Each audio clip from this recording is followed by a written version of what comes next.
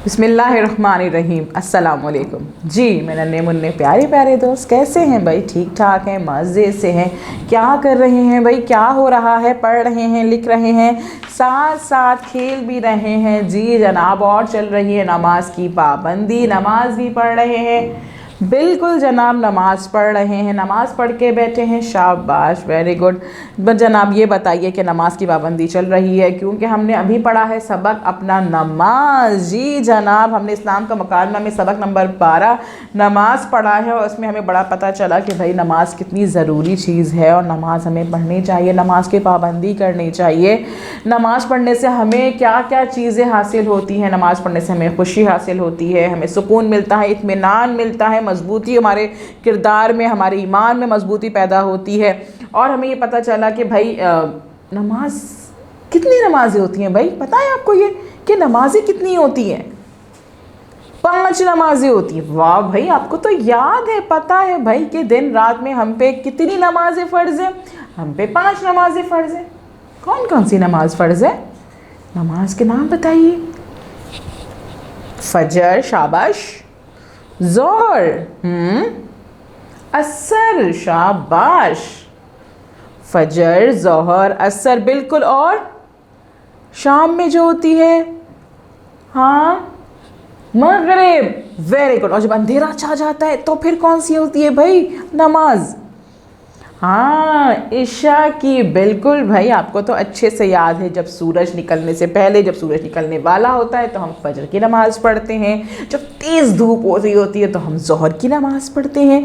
जब थोड़े सा आपका सूरज आपके सामने आ जाता है, धूप थोड़ी थम जाती है, हल्की हो जाती है, तो हम पढ़ते हैं असर की नमाज़। सूरज जब डूब जाता है तो हम पढ़ते हैं मगरिब की नमाज़। और जब अंधेरा छा जाता है, जब चाँद निकल आता है, अंधेरा हो जाता है, सूरज गुरूब होने के बिल्कुल बाद जब हम इशा की नमाज़ पढ़ते हैं। शाबाश। अच्छा जी, अब हम पढ़ते हैं कि भाई आगे आज हमने कौन सी मश्क करनी है। हमने थोड़ा सा दोहराया अपनी नमाज़ों के बारे में। आप निकाल लीजिए अपनी किताब, सफ़ा नंबर यहाँ पे 47 खुल चुका है और मश्क हमारे पास मौजूद है। देखते हैं आज की मश्क में हम क्या नया सीखने वाले हैं।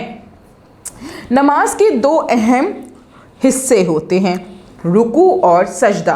क्या आपको मालूम है कि रुकू और सजदा करने का सही तरीका क्या है? जब हम नमाज़ पढ़ते हैं तो नमाज़ पढ़ने के 2 अहम हिस्से होते हैं। एक हम रुकू में जाते हैं और एक हम सजदे में जाते हैं, है ना। एक हम रुकू में जाते हैं, जो घुटनों पे हाथ रख के हम रुकू में जाते हैं, और फिर हम एक सजदे में जाते हैं जहां अपनी पेशानी को हम ज़मीन पे लगाते हैं। इसका क्या सही तरीका है देखते हैं। रुकू में कमर तक झुकें, अपने दोनों हाथ घुटनों पे रखें और कहें सुभान रब्बियल अज़ीम, सुभान रब्बियल अज़ीम, सुभान रब्बियल अज़ीम। ये रुकू है। जब आप रुकू में होते हैं तो अपनी कमर को झुका लेते हैं, आपकी कमर झुक जाती है रुकू में, और आपके हाथ जो हैं आपके घुटनों तक होते हैं और आप पढ़ते हैं सुभान रब्बियल अज़ीम, सुभान रब्बियल अज़ीम, सुभान रब्बियल अज़ीम।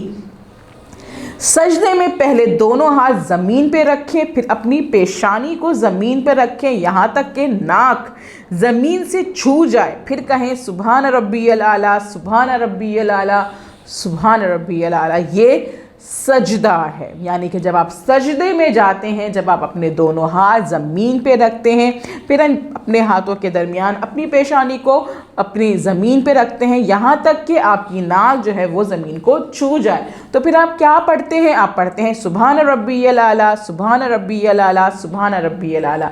3 दफ़ा आप ये पढ़ते हैं।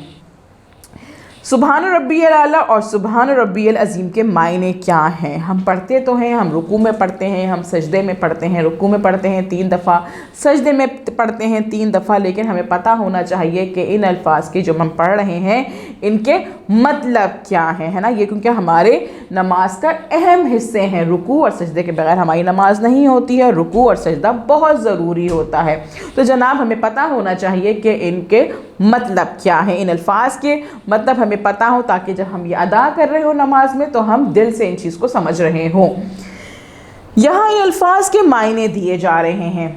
तारीफ़ के लायक, तारीफ़ के लायक सुभाना, तारीफ़ के लायक सुभाना, तारीफ़ के लायक सुभाना, परवरदिगार सबका पालने वाला, परवरदिगार सबका पालने वाला, परवरदिगार सबका पालने वाला, रब्बी, रब्बी, परवरदिगार सबका पालने वाला, सबसे बड़ा, अजीम, सबसे बड़ा, अजीम, सबसे बड़ा, अजीम, सबसे इज़्ज़त वाला, आला, सबसे इज़्ज़त वाला, आला, सबसे इज़्ज़त वाला, आला, यानी कि सुभाना के मायने हैं तारीफ़ के लायक, रब्बी के माने हैं परवरदिगार सबका पालने वाला, अजीम सबसे बड़ा, और आला सबसे इज़्ज़त वाला। यानी कि हमें पता चल गया कि भाई सुभान के मतलब ये तारीफ़ के लायक है,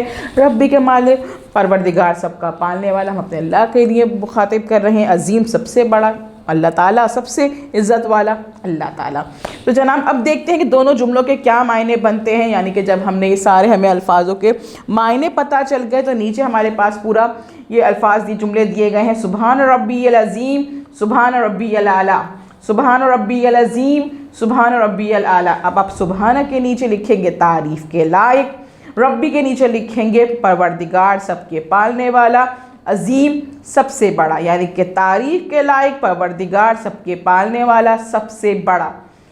सुभान रब्बियल अज़ीम का मतलब हुआ सुभान रब्बियल आला, सुभाना तारीफ़ के लायक, रब्बी परवरदिगार सबका पालने वाला, आला सबसे इज़्ज़त वाला। अब आपने क्या करना है भाई, इस वीडियो को आप बार बार देखिएगा, अच्छे से देखिएगा, पढ़िएगा, समझिएगा, और यहाँ पे इन जुमलों के मायने यहाँ पे अच्छे से तहरीर कीजिएगा, यहाँ पे खुद से लिखिएगा, पेंसिल को अच्छे से शॉर्प कीजिएगा और ऊपर देख के आप इनको लिखने की प्रैक्टिस कीजिएगा, रफ कॉपी पे लिखने की प्रैक्टिस कीजिएगा, इन अल्फाज के मायने अच्छे से याद कीजिएगा, बार बार रिपीट कीजिएगा, बार बार दोहराइएगा, मम्मा बाबा के साथ बैठिएगा, बैठ के उनके साथ में इन सारे अल्फाज के मायनों को दोहराइएगा, लिखने की प्रैक्टिस अपनी एक्स्ट्रा कॉपी में भी ज़रूर कीजिएगा, और टीचर को अपने वॉइस नोट भेजिएगा कि आज हमने रुकू और सजदे के कुछ जुमले पढ़े हैं, क्या हैं वो, सुभान रब्बियल आला, सुभान रब्बियल अज़ीम, इनके मायने हमने पढ़े हैं, समझे हैं, याद किए हैं, लिखे हैं। आप उनको वॉइस नोट भेजिएगा और साथ साथ अपने काम की पिक्चर सेंड कीजिएगा। कल हम मिलेंगे नए काम के साथ। अल्लाह हाफिज़।